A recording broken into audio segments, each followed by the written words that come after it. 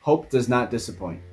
Try saying that to somebody who has experienced tragedy, someone who maybe got their hopes up because of a promotion or an opportunity or healing, only to be crushed again because things didn't go their way. Hope does not disappoint. It's in the Bible. St. Paul wrote it, and we really want to believe it, but that can be hard to believe sometimes in the face of all of life's difficulties and sufferings. So maybe instead of an explanation, what we need is an example. We need to hear from somebody who's been through great tragedy about their experience of hope. There is a survivor of the atomic bomb in Nagasaki named Dr. Takashi Nagai. Dr. Nagai grew up in a Shinto family, though he says that he himself was always atheist. And he went to college for Western medicine, and that reinforced within him his atheistic beliefs. He didn't believe in the reality of a soul. He didn't believe that there was anything real that was not measurable somehow. We would call that empirical. And he certainly didn't believe that there was life after death. During his junior year in college, he found out that his mother had had a stroke and that she was dying. So he rushed home to go be with her, and she died shortly after his arrival. But that moment for him changed everything. He wrote this: "I rushed to her bedside. She was still breathing. She looked fixedly at me, and that's how the end came. My mother, in that last penetrating gaze, knocked down the ideological framework I had constructed. Her eyes spoke to mine, and with finality saying, 'Your mother now takes leave in death, but her living spirit will be beside her little one.' I, who was so sure that there was no such thing as a spirit, was now told otherwise, and I could not but believe. My mother's eyes told me that the human spirit lives on after death. All this was by way of an intuition carrying conviction."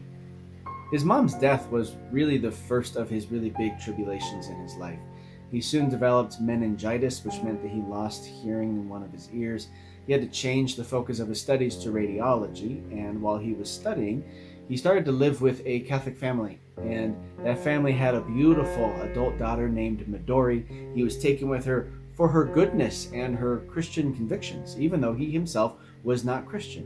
In 1933, Dr. Nagai was sent to help with a war in China. As a doctor, his role was to help take care of the wounded, and he ended up doing that for the wounded on both sides of this war. And it started to lead him to a place of real despair, because it seemed to him that life had become nothing but bodies killing other bodies. That's how he ended up phrasing it. Thankfully, at that same time, while he's serving in this war, Midori is now writing him letters, and at a certain point she sends him a catechism, and she's encouraging him to pray, and he starts to recognize that this faith that she has does seem to have some answers for the meaning of life. A year later, Dr. Nagai returned from the war, and he was baptized a Catholic, and he married Midori, and they had a couple of kids, and life was looking pretty good.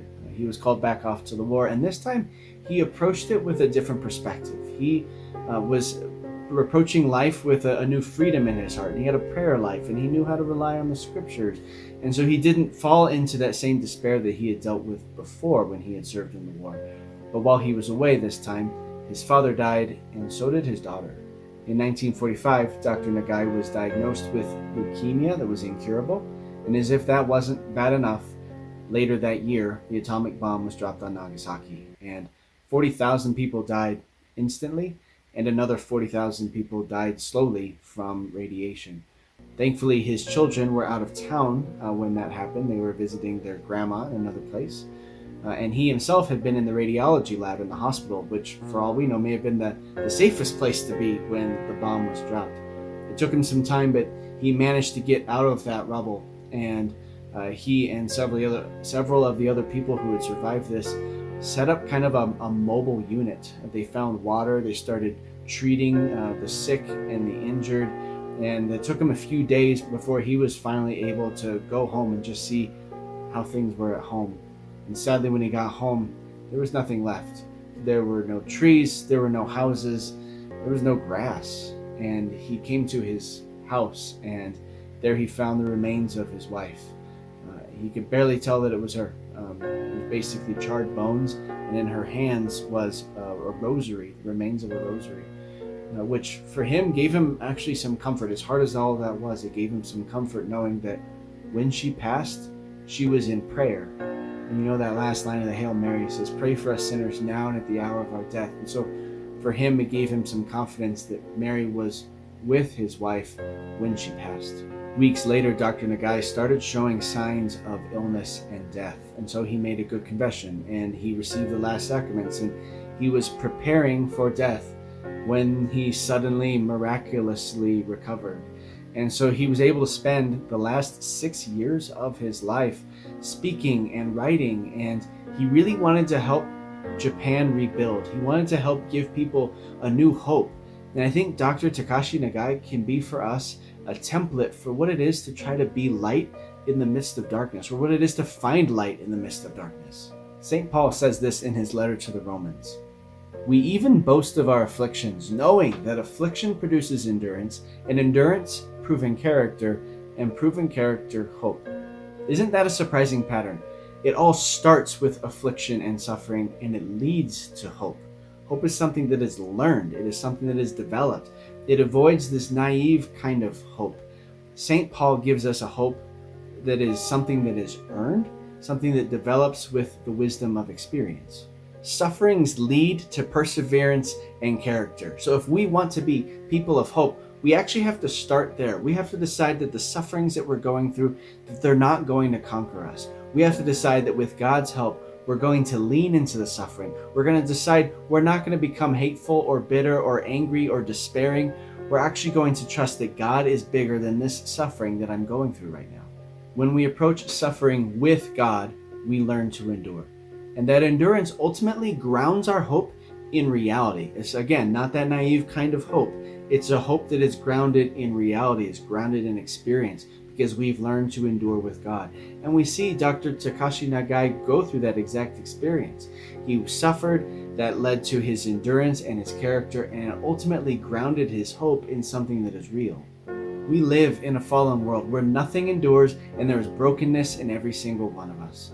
We ultimately are enslaved in a way to sin and death, and there is nothing that we can do to possibly save ourselves. But Jesus comes to lift up our fallen world. Jesus gives us the grace to be holy and even happy in the midst of these difficult circumstances. He offers us abundant life, and it's a reminder for us that this life, for all of its difficulties, is not the end of the story. Before he died, Dr. Takashi Nagai wrote these words: "Unless you have suffered and wept, you really don't understand what compassion is, nor can you give comfort to someone who is suffering. If you haven't cried, you can't dry another's eyes. Unless you've walked in darkness, you can't help wanderers find the way. Unless you've looked into the eyes of menacing death and felt its hot breath, you can't help another rise from the dead and taste anew the joy of being alive."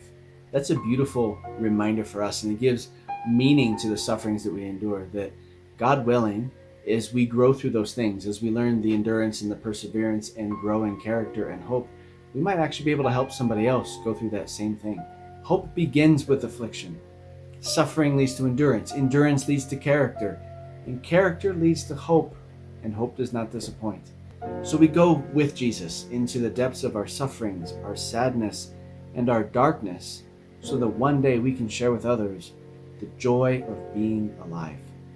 God bless you.